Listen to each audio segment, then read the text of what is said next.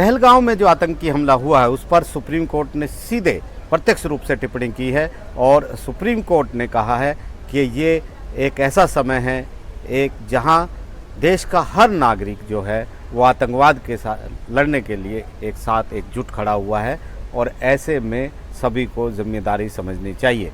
Supreme court ने उस याचिका पर सुनवाई से इनकार कर दिया है जिसमें पहलगाम पे जो आतंकी हमला हुआ उसकी न्यायिक जांच के आदेश मांगे गए थे और कहा गया था कि सुप्रीम कोर्ट के रिटायर्ड जज की अगुवाई में न्यायिक जांच इस मामले की हो। इसके अलावा जो कश्मीर के जो टूरिस्ट इलाके हैं वहाँ पर जो सुरक्षा के तमाम इंतज़ाम करने के आदेश, नागरिकों के तमाम सुरक्षा के इंतज़ाम के आदेश केंद्र सरकार, राज्य सरकार, एनआईए और सीआरपीएफ को दिए जाए।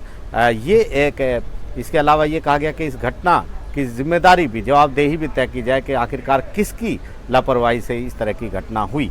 इसको लेकर जस्टिस सूर्यकांत और जस्टिस एन कोटेश्वर सिंह की ये बेंच थी और याचिकाकर्ता इस मुद्दे पर दलील रख रहे थे, लेकिन जस्टिस सूर्यकांत ने उन्हें बीच में रोकते हुए कहा कि ये किस तरह की याचिका है, जिम्मेदार बनिए, ये कठिन समय है, ये संवेदनशील मुद्दा है।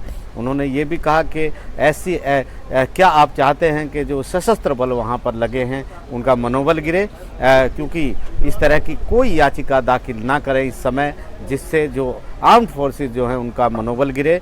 ये सुप्रीम कोर्ट ने कहा और सुप्रीम कोर्ट ने कहा कि ये संवेदनशील मामला है, आप ऐसी कोई मांग मत करिए। इसके अलावा उन्होंने कहा कि जिम्मेदार भी आप बनिए, इस तरह की याचिका सुप्रीम कोर्ट में नहीं आनी चाहिए। उन्होंने कहा कि ये एक ऐसा समय जब देश का हर नागरिक आतंकवाद से लड़ने के लिए एक साथ खड़ा हुआ है और ऐसे में इस तरह की याचिका दाखिल नहीं होनी चाहिए। हालांकि याचिकाकर्ता का ये कहना था कि वो छात्रों के मुद्दे पर बात कर रहे हैं और उसे हाईकोर्ट जाने की इजाज़त दी जाए, लेकिन सुप्रीम कोर्ट ने इससे भी साफ इनकार कर दिया।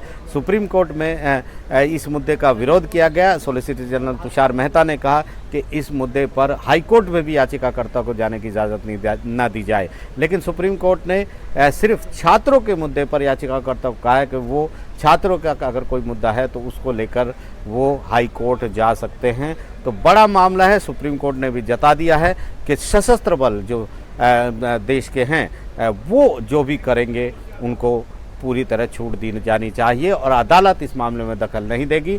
जस्टिस सूर्यकांत ने यह भी कहा कि हाई कोर्ट और सुप्रीम कोर्ट के जो रिटायर जज हैं वो जांच कैसे करेंगे, वो कोई फैसला तो कर सकते हैं लेकिन वो जांच नहीं कर सकते क्योंकि वो इस मुद्दे के एक्सपर्ट नहीं हैं। इसलिए जो आर्म्ड फोर्सेज हैं, जो जांच एजेंसियां हैं, उनको ये काम जारी रखने दिया जाना चाहिए। नई दिल्ली से आशीष भार्गव, एनडीटीवी इंडिया।